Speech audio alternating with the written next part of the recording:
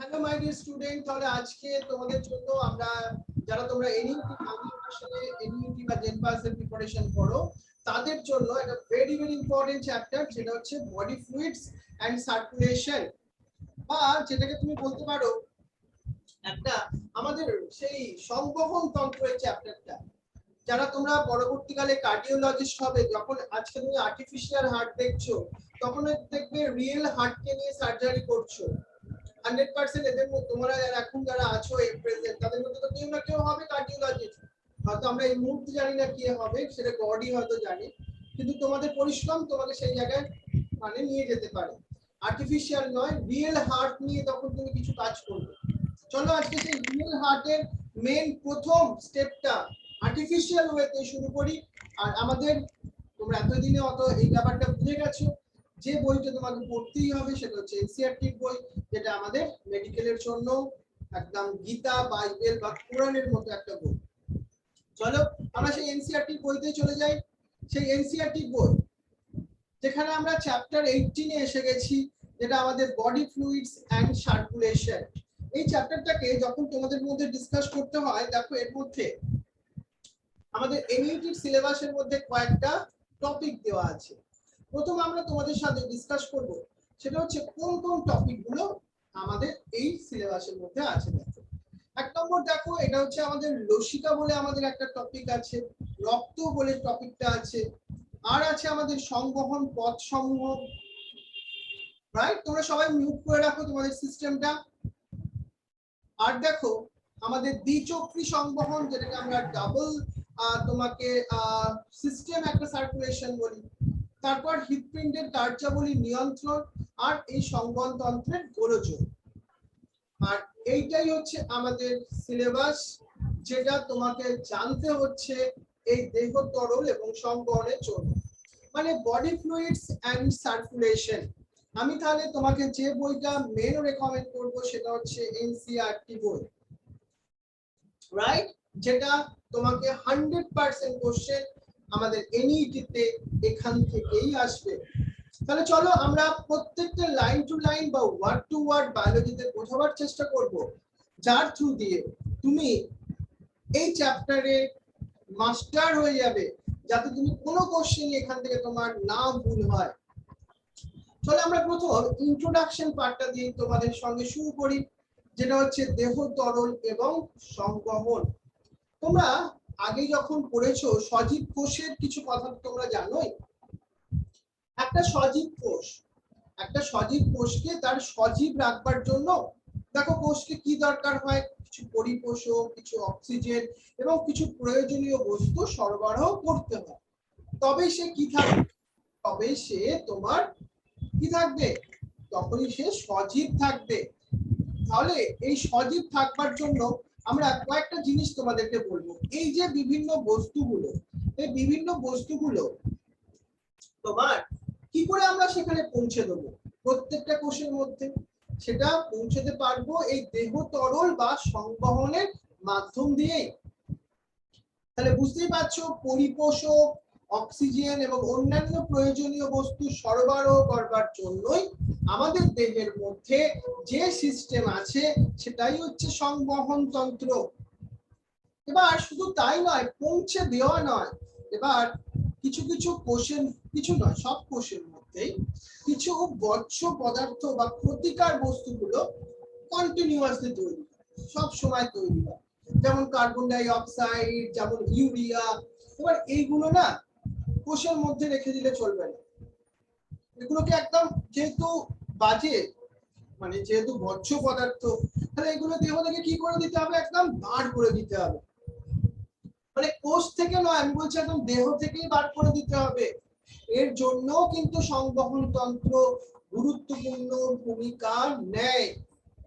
তাহলে বুঝতে পারছো, শুধু কোষের মধ্যে বিভিন্ন গুরুত্বপূর্ণ পদার্থ পৌঁছে দেওয়া নয়, কোষের মধ্যে উৎপন্ন বর্জ্য ক্ষতিকারক পদার্থগুলোকে দেহ থেকে অপসারণ করাও কিন্তু সংবহন তন্ত্রের একটা গুরুত্বপূর্ণ কাজ। ক্লিয়ার ব্যাপারটা? এবার দেখো আমরা তাহলে কি দেখতে পেলাম, কোষে এবং কোষ থেকে এইসব বস্তুগুলোর পরিবহনের জন্য একটি কার্যকারী ব্যবস্থা থাকা প্রয়োজন। কার্যকারী ব্যবস্থা থাকা প্রয়োজন, যার মাধ্যম দিয়ে আমাদের এই পুরো ব্যবস্থাটা সংঘটিত হবে। এই পরিবহনের জন্য বিভিন্ন গোষ্ঠীভুক্ত প্রাণীতে বিভিন্ন ধরনের পদ্ধতি উদ্ভব করেছে। দেখো, পদ্ধতির মূল উদ্দেশ্যটা হচ্ছে এটা, পরিবহনের মনে করো মূল পদ্ধতি ব্যবস্থাটাই হচ্ছে এটা। ক্লিয়ার? এটা একটুখানি মাথায় রাখো, এক সেকেন্ড।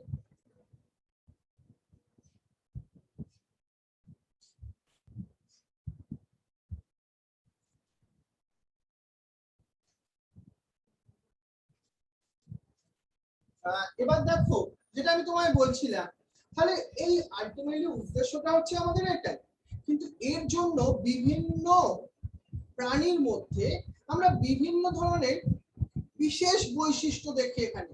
যেমন এটা আমাদের একটা ভেরি ইম্পর্টেন্ট কোশ্চেন আসছে। এবার দেখো যে আমরা স্পঞ্জ বা একনালীদেহী কিছু প্রাণী বা সিলেন্ট্রেটা যাদের বলি, তাদের মধ্যে আমরা কি দেখতে পাবো? তাদের মধ্যে আমরা দেখতে পাবো সরল আলটিমেটলি একটা জীব সমূহ দ্বারা তাদের এই ধরনের পরিবহন পদ্ধতিটা কেমন ভাবে হয়? দেহ গহ্বরে জল সংবহন তন্ত্রের মাধ্যমে। আমাদের দেহে কি হয়? রক্ত সংবহন তন্ত্রের মাধ্যমে, আর এদের দেহে কি হচ্ছে? সেটা জল সংবহন তন্ত্রের মাধ্যমে। তাহলে প্রথম ভেরি ইম্পর্টেন্ট এমসিকিউ এলো আরেকটা, সেটা হচ্ছে জল সংবহন তন্ত্র তুমি কাদের মধ্যে দেখতে পাবে? এক নম্বর স্পঞ্জ, দু নম্বর কিছু সিলেন্ট্রেটা গোষ্ঠীভুক্ত সরল জীবদের মধ্যে। ক্লিয়ার? এটা কিন্তু তোমাকে মাথায় রাখতেই হবে। কিন্তু মানুষের মতো যারা আমরা মানুষ তো উন্নত জীবী, কিন্তু মানুষ ছাড়াও তো অনেক উন্নত জীব আছে, তাদের জন্য কিন্তু জল সংবহন তন্ত্র নয়, তাদের জন্য আছে কি? সেটা সেটা সংবহন তন্ত্রের তরলটা মূলত রক্ত এবং লসিকা। রক্ত এবং লসিকা মানে জল নয়। দেখো, রক্তের মধ্যেও কিন্তু সেই জলই আছে, ম্যাক্সিমাম বস্তুটা কি আছে? জলই আছে, কিন্তু শুধু জল নয়। তুমি বলবে কেন শুধু জল নয়? কারণ জলে শুধুমাত্র জল হলে না, আমাদের বিভিন্ন বস্তুর পরিবহনটা এত সুন্দরভাবে হওয়া সম্ভব ছিল না। দেখবে অক্সিজেন পরিবহন করবার জন্য দরকার আছে আরবিসি, বা আরবিসি মানে লোহিত রক্ত কণিকা, মনে পড়ছে তো এগুলো? তাদের মধ্যে হিমোগ্লোবিনের দরকার আছে, মানে রক্তের মধ্যে কিছু কোষের উপস্থিতি দরকার আছে আরো আমাদের ব্যবস্থাটাকে সুসংগঠিত ভাবে করবার জন্য। সেই জন্য আমাদের বডিতে এটা বলতে পারো একটা অভিব্যক্তির তোমার একটা অভিব্যক্তির একটা কারণ বলতে পারো। অভিব্যক্তিতেই আমরা এইভাবে দেখো, যারা সরল জীব, সরল প্রাণী, তুমি তাদের মধ্যে এরকম রক্ত সংবহন তন্ত্র দেখবে না, তাদের মধ্যে খুব সরল টাইপের কিছু পদ্ধতি দেখবে, কারণ তারা হয়তো এককোষী বা তাদের দেহের মধ্যে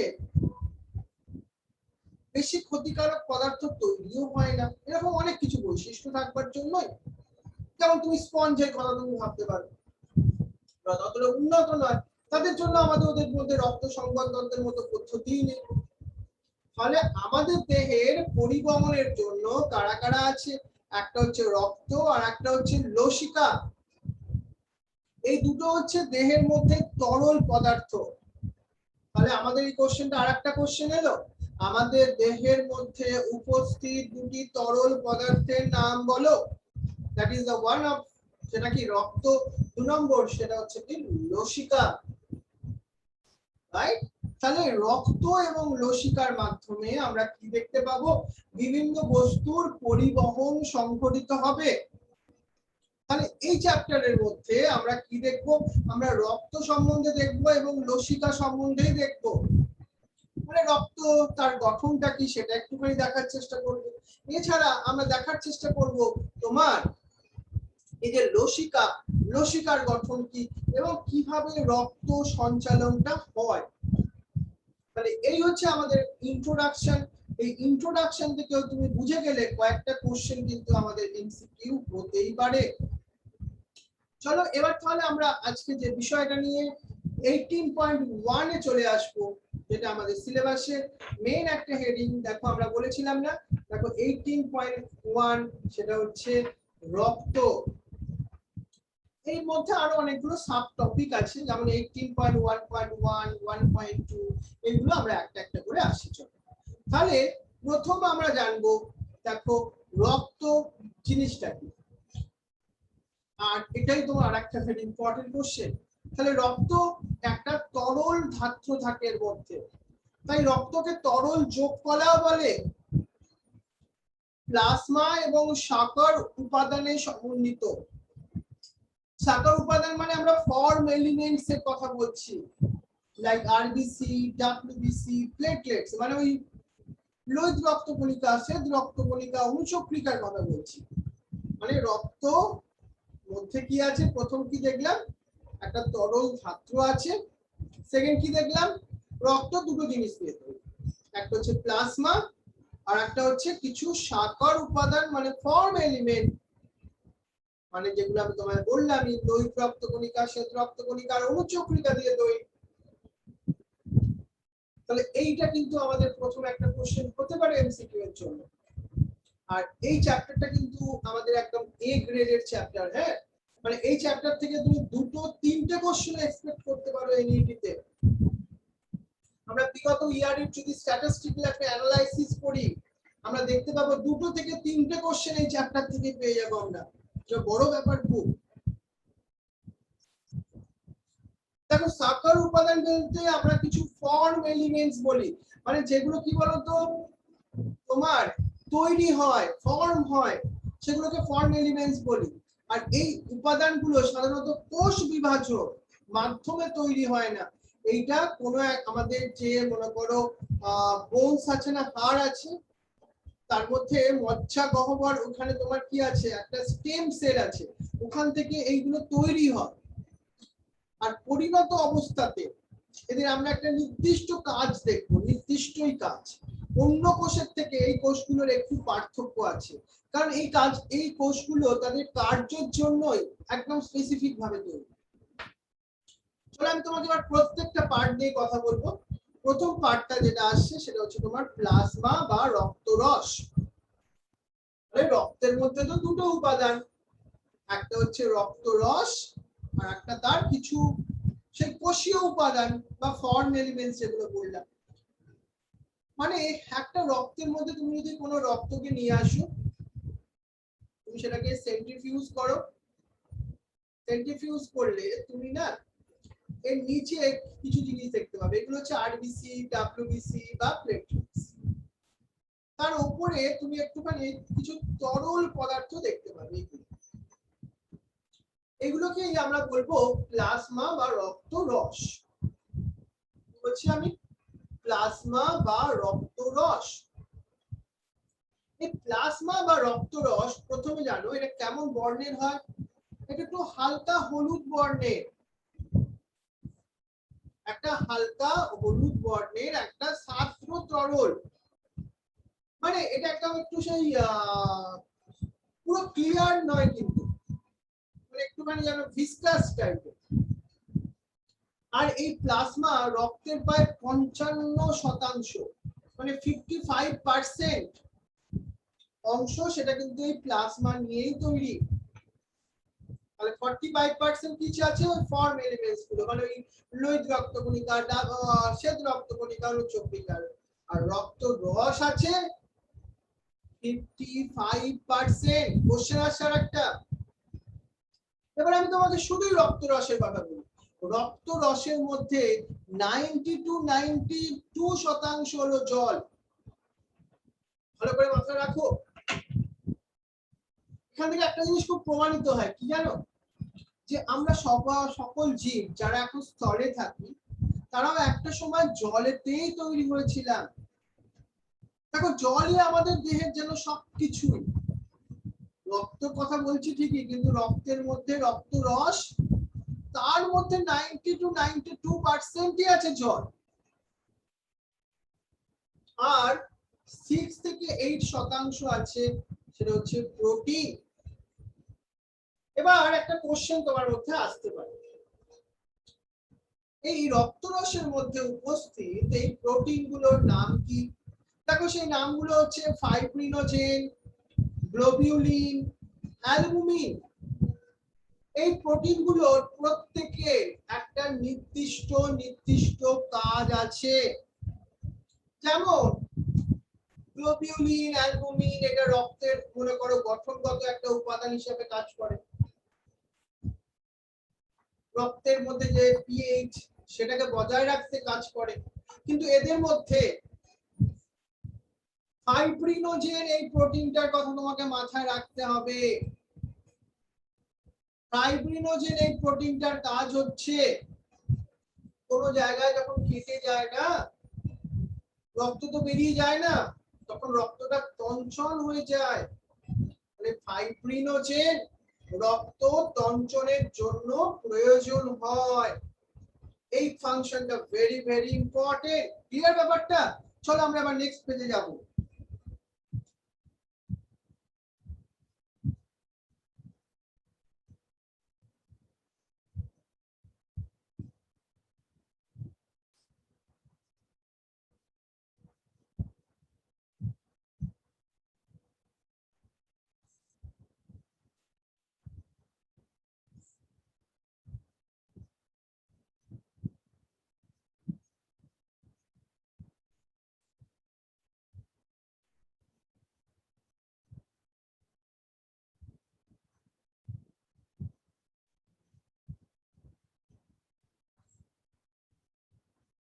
তাহলে চলো এবার আমরা পরের পেজটায় আসি। সেটা হচ্ছে আমরা ফাইব্রিনোজেন এই প্রোটিনটার কাজ দেখলাম, এবার আমরা গ্লোবিউলিন বলে এই প্রোটিনটার কাজ দেখব। এই কাজগুলো কিন্তু তোমার জন্য খুব খুব ইম্পর্টেন্ট। এই গ্লোবিউলিন প্রোটিনটা তার কাজ হচ্ছে প্রাথমিকভাবে দেহের প্রতিরক্ষা ব্যবস্থায় অংশগ্রহণ করা। ফাইব্রিনোজেন প্রোটিনটার কাজ কি? তঞ্চনে সহায়তা করা। গ্লোবিউলিন প্রোটিনটার কাজ কি? দেহের প্রতিরক্ষা ব্যবস্থা বা আমাদের যে ইমিউনিটি পাওয়ার, প্রোটেকশন, সেগুলোতে অংশগ্রহণ করে। আর একটা জিনিস মনে রাখো, এই অ্যালবুমিন প্রোটিনটার ফাংশন কি? রক্তের মধ্যে অভিস্রাবণ জনিত ভারসাম্য রক্ষা করা। মানে আমাদের রক্তের মধ্যে কোন পদার্থ কতখানি থাকবে, তার মধ্যে জলীয় অংশটা জল কতখানি থাকবে, এগুলোকে বজায় রাখতে অ্যালবুমিন প্রোটিনটা গুরুত্বপূর্ণ ভূমিকা নেয়। এছাড়াও দেখো প্রোটিনগুলো তো তোমাকে আমি বললাম।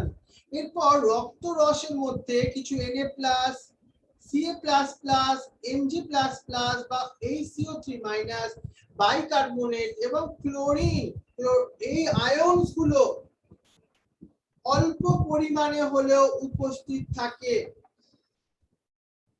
কোশ্চেনটা ক্লিয়ার দাও যে কোন কোন আয়নসের উপস্থিতি তুমি দেখতে পাবে রক্তরসের মধ্যে? Sodium, calcium, magnesium, bicarbonate, chlorine, এগুলো মাথায় তোমায় রাখতে হবে। বুঝে গেল ব্যাপারটা?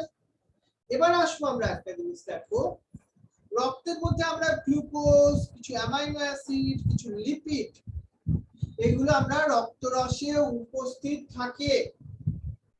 তোমাকে এরকম একটা কোশ্চেন দেওয়া হবে যে তোমার গ্লুকোজ মনে করো বা তোমার অ্যামাইনো অ্যাসিড মনে করো বা লিপিড মনে করো, এগুলো কি রক্তরসের মধ্যে উপস্থিত থাকে? Yes or no? বলতে হবে ইয়েস, এগুলো প্রেজেন্ট থাকে। মানে বুঝতে পারছো, রক্তরসের মধ্যে তো গ্লুকোজকে থাকতেই হবে। কেন বলো তো? এই যে গ্লুকোজ আমরা যেটা খাই, আমরা তো ডাইজেশন চ্যাপ্টারে দেখেছিলাম, আমরা যে কার্বোহাইড্রেট খাই না কেন সেটা গ্লুকোজে পরিবর্তিত হয়। আর সেই গ্লুকোজটা কি হয়? সেটা তো রক্তের মাধ্যমেই পরিবাহিত হয়, অর্থাৎ সেটা রক্তরসের মধ্যে মাধ্যমেই তাকে পরিবাহিত হতে হবে। তাহলে রক্তরসের মধ্যে তো গ্লুকোজ থাকবে, কিন্তু আলটিমেটলি গ্লুকোজের থাকার জায়গা কিন্তু রক্তরস নয়। গ্লুকোজকে আলটিমেটলি কোথায় যেতে হবে? কোষের ভেতরে। কেন যেতে হবে? কারণ শক্তি উৎপন্ন করার জন্য, এটাই গ্লুকোজের আসল কাজ।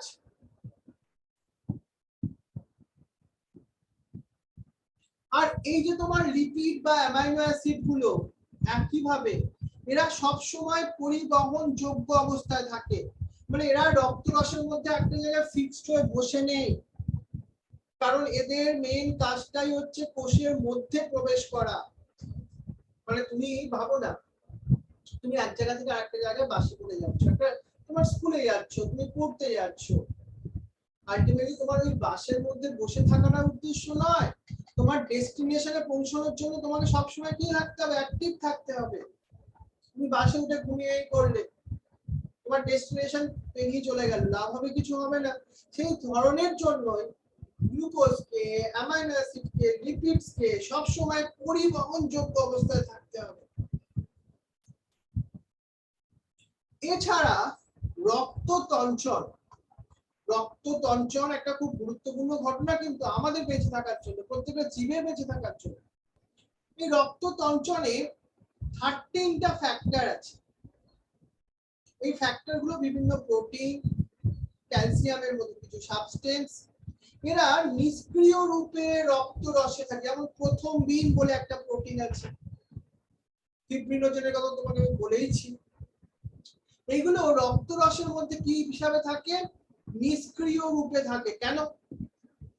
কারণ কোন রক্তবাহের মধ্যে তো রক্তরসকে জমাট বাঁধতে দিলে চলবে না, রক্ত সঞ্চিত হতে দিলে চলবে না।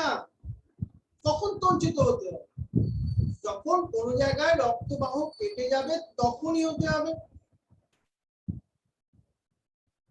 এবার দেখো, আমরা তো প্লাজমার কথা বললাম, মানে রক্তরসের কথা বললাম, কিন্তু এটা ছাড়া আরেকটা সাবস্টেন্সের কথা বলবো, সেটা হচ্ছে তোমার সিরাম। সিরাম কি জিনিস? এই যে আমাদের প্লাজমা বা রক্তরস থেকে তুমি ফাইব্রিনোজেন এই প্রোটিনটাকে বাদ দিয়ে দাও, আরো কিছু সহায়ক ফ্যাক্টর হতে পারে যেগুলো রক্ততঞ্চনে সহায়তা করে, তাদেরকে বাদ দিয়ে দাও, মূলত ফাইব্রিনোজেন, তখন তাকে আমরা কি বলবো, সিরাম।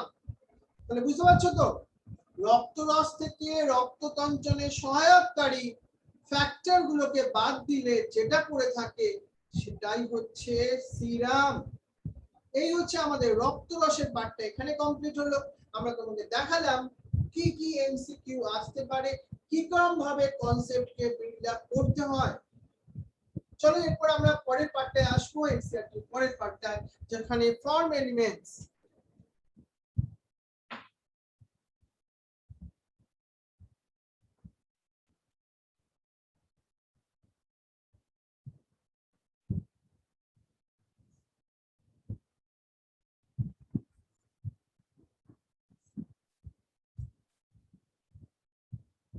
চলো এবার তাহলে আমরা পরের টপিকটায় চলে আসবো, যেটা হচ্ছে আমাদের সাকার উপাদান বা ফর্ম এলিমেন্টস। তাহলে আমরা অলরেডি তোমাকে বলেছি তিনটে ফর্ম এলিমেন্টস আছে আমাদের রক্তরসের মধ্যে। কি কি সেগুলো?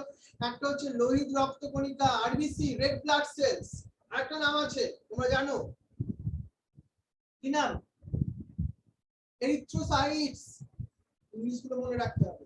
আরেকটা হচ্ছে শ্বেত রক্তকণিকা, ডব্লিউবিসি, লিউকোসাইটস। একটা আছে অনুচক্রিকা, যাকে আমরা প্লেটলেটস বলছি, থ্রম্বোসাইটস। কতগুলো নাম দেখে নিলে?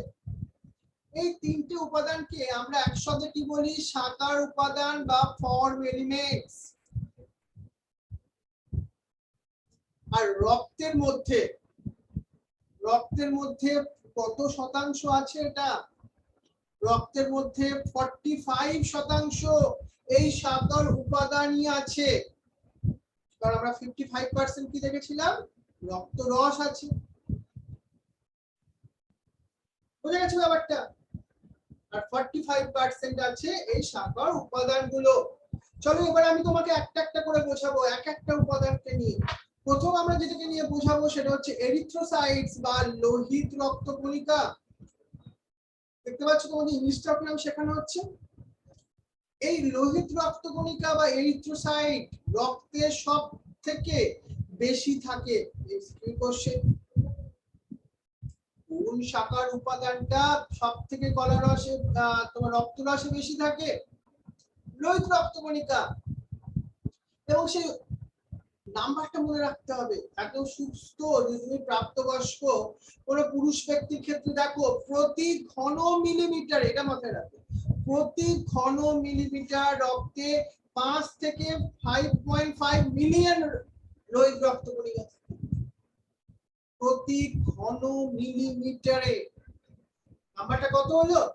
5 to 5.5 মিলিয়ন। হলো ব্যাপারটা? ভেরি ইম্পর্টেন্ট এমসিকিউ এটা। প্রাপ্তবয়স্ক যারা অ্যাডাল্ট, তাদের দেহে লোহিত রক্ত কণিকা কোথায় তৈরি হয়? আবার একটা ভেরি ইম্পর্টেন্ট কোশ্চেন, সেটা হচ্ছে লাল অস্থি মজ্জায় তৈরি হয়। লাল অস্থি মজ্জায় তৈরি হয়। বোঝা গেছে ব্যাপারটা?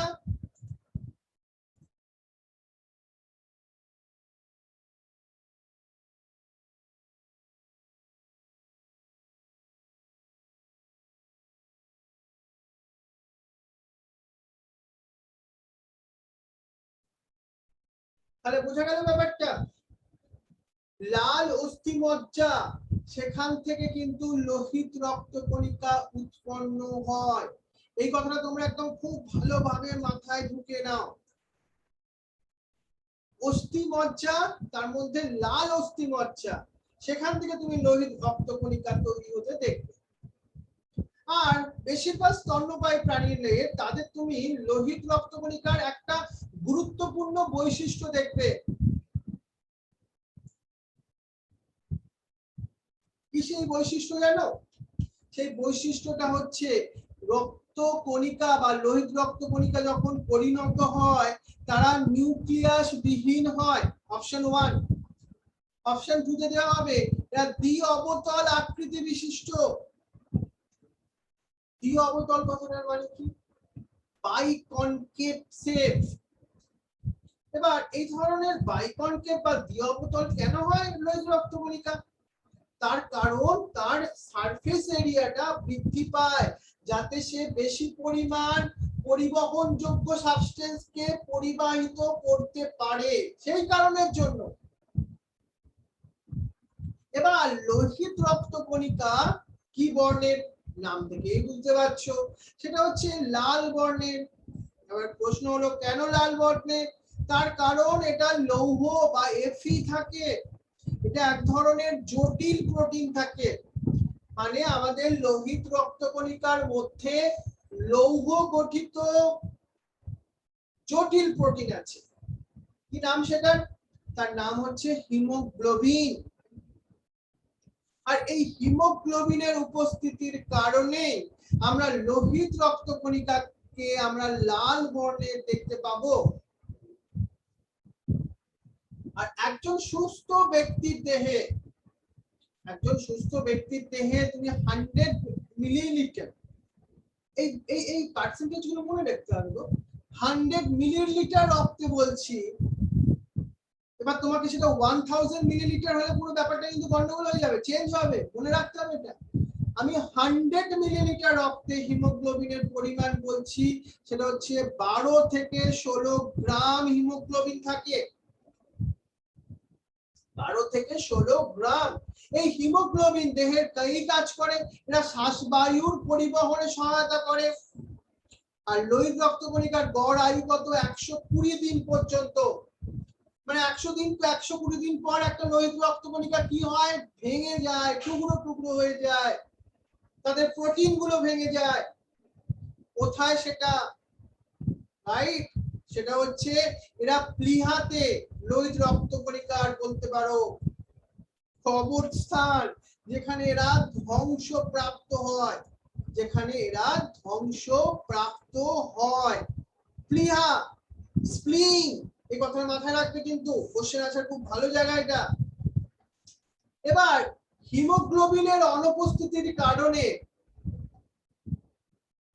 আমাদের লিউকোসাইট বর্ণহীন। লিউকোসাইট মানে শ্বেত রক্ত কণিকা। শ্বেত রক্ত কণিকা কেন শ্বেত, কেন সাদা বর্ণের? কারণ হিমোগ্লোবিন থাকে না, সেই জন্য তাকে আমরা ডাব্লিউবিসি সেল বলি, হোয়াইট ব্লাড সেলস বলি। এরা কিন্তু লোহিত রক্ত কণিকার থেকে একটা পার্থক্য আছে। কি পার্থক্য? এরা নিউক্লিয়াস যুক্ত। কি কিন্তু এরা অপেক্ষাকৃত অনেক কম সংখ্যায় থাকে। পরে তুমি রক্তের মধ্যে পার্সেন্টেজ দেখবে 6000 to 8000 mmQ হলো ব্যাপারটা। শ্বেত রক্তকণিকা কিন্তু সাধারণত খুব স্বল্প আয়ু হয়, খুবই কম দিন বাঁচে। আর রক্তে প্রধানত আমরা দু ধরনের শ্বেত রক্তকণিকা দেখতে পাই।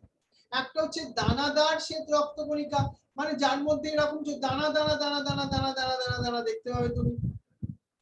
আর অদানাদার মানে যার মধ্যে তুমি দেখতে পাবে না কোনো তোমার দানাদার অংশ, তাদেরকে আমরা অদানাদার শ্বেত রক্তকণিকা বলছি। তুমি ছবির মধ্যে দেখতে পাচ্ছ এখানে বেসোফিল, এর মধ্যে কিছু দানাদার অংশ দেখতে পাচ্ছ, ইওসিনোফিল এর মধ্যে দেখতে পাচ্ছ, কিন্তু লিম্ফোসাইটস এর মধ্যে তুমি কোনো দানাদার অংশ দেখতে পাচ্ছ না। অর্থাৎ বিভিন্ন প্রকার দানাদার শ্বেত রক্তকণিকা গুলো কি কি, সেইগুলো হলো নিউট্রোফিল, ইওসিনোফিল এন্ড বেসোফিল। তাহলে আমরা কি দেখলাম, দানাদার বা গ্র্যানুলোসাইটস, তার মধ্যে কারা কারা এলো, নিউট্রোফিল, ইওসিনোফিল, বেসোফিল। আর লিম্ফোসাইট আর মোনোসাইট কার এক্সাম্পল, অদানাদার শ্বেত রক্তকণিকা যার মধ্যে দানাদার বস্তু থাকে না। মানে দানাদার মানে আমি তোমার সাথে দানাদার মিষ্টির কথা বলছি না, বুঝতে পারছো তো, আমি এখানে দানাদার মানে গ্র্যানিউলস এর কথা বলছি। এবার দেখো লিউকোসাইট গুলো বা ডব্লিউবিসি গুলোর মধ্যে নিউট্রোফিলের সংখ্যা সবথেকে বেশি। Very very important question. মানে শ্বেত রক্তকণিকা তো বিভিন্ন টাইপের, অনেকগুলো টাইপের, এদের মধ্যে সবথেকে বেশি কোনটা থাকে, সেটা হচ্ছে নিউট্রোফিল। কত, 60 to 65%। আর সবথেকে কম কে থাকে, সেটা হচ্ছে তোমার বেসোফিল। কত পার্সেন্ট, 0.5 to 1%। নিউট্রোফিল ও মোনোসাইটস গুলো দুজনেরই ফাংশন বলছি আমরা। নিউট্রোফিল এবং মোনোসাইটস গুলো মনে রাখবে, তারা আগ্রাসী কোষ যারা কোনো বাইরে থেকে কোনো বিজাতীয় অণুজীব যদি আমাদের রক্তে প্রবেশ করে তাদেরকে গিলে খেয়ে নেয়, মানে ফ্যাগোসাইটোসিস প্রসেসে, সেটাকে আমরা আগ্রাসী কোষ বলছি। মানে গিয়ে ওইসব ফরেন মাইক্রোবস গুলোকে গিয়ে খেয়ে নেয়। কারা কারা, নিউট্রোফিল এবং মোনোসাইটস, এদের কাজ। কোশ্চেন আসার খুব ভালো জায়গা এটা। আর বেসোফিল বলো, তাদের একটা কাজ হিস্টামিন তৈরি করা, সেরাটোনিন, হেপারিন, এই যে ক্ষরণগুলোকে সহায়তা করা এবং প্রদাহজনিত বিক্রিয়া অংশগ্রহণ করা। বেসোফিলের কাজটা আমাদের এনইটির জন্য ভেরি ইম্পর্টেন্ট কাজ। দুটো কাজ দেখলাম, হিস্টামিন, সেরাটোনিন, হেপারিন, কে ক্ষরণ করে? কোশ্চেন যদি ভুল করো দেখো, বারবার বলছি আমি, এনইটির জন্য ভেরি ইম্পর্টেন্ট, যেটা বেসোফিল।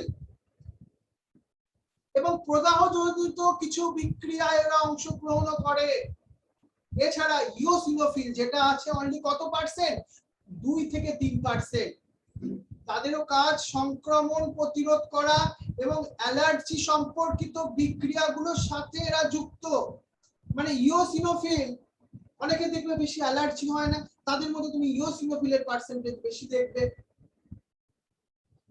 আর লিম্ফোসাইট, তারা কিন্তু আমাদের ইমিউনিটি পাওয়ার, আমার বডির প্রোটেকশন পাওয়ারে ভেরি ইম্পর্টেন্ট রোল প্লে করে। এরা আছে কত জানো, 20 থেকে 25% এর মতো লিম্ফোসাইটস গুলো। দুটো টাইপের আমাদের লিম্ফোসাইটস হয়, একটা হচ্ছে বি লিম্ফোসাইটস আর একটা হচ্ছে টি লিম্ফোসাইট। বি লিম্ফোসাইট এবং টি লিম্ফোসাইট উভয়ই আমাদের দেহের অনাক্রমতা প্রতিক্রিয়ার জন্য দায়ী, মানে ইমিউনিটি সিস্টেমের জন্য।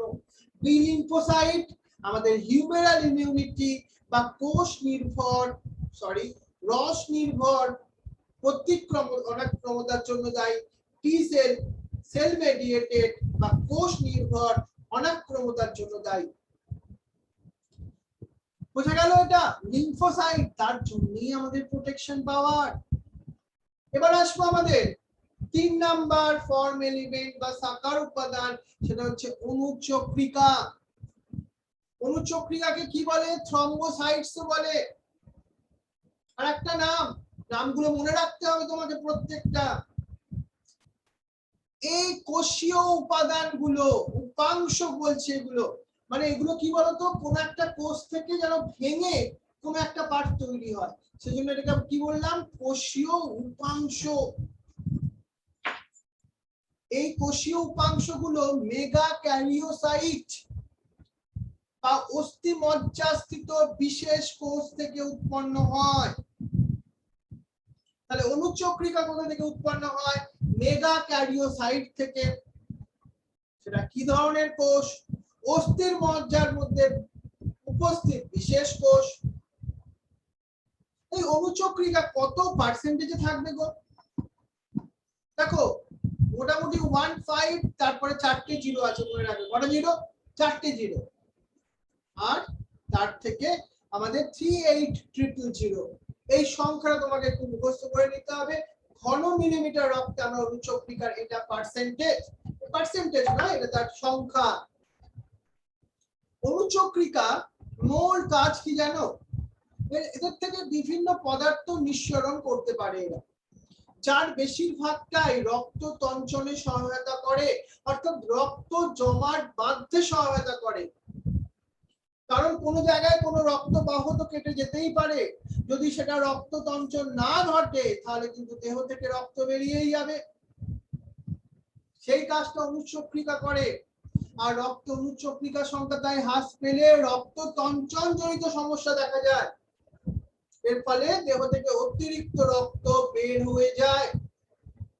তোমার প্রথম দিনের পড়া থাকলো এতখানি, পরের দিন কিন্তু প্রত্যেকটা স্টুডেন্টকে 40 তে 40 পেতেই হবে। একদম চ্যালেঞ্জ নিয়ে নাও যে আমাকে যাই কোশ্চেন আসুক আমি পরের দিন 40 তে 40 পেয়ে দেখাবো। ক্লিয়ার? তাহলে এই হচ্ছে আমাদের ভেরি ইম্পর্টেন্ট পার্ট, প্রথম পার্ট আমাদের এই চ্যাপ্টার থেকে।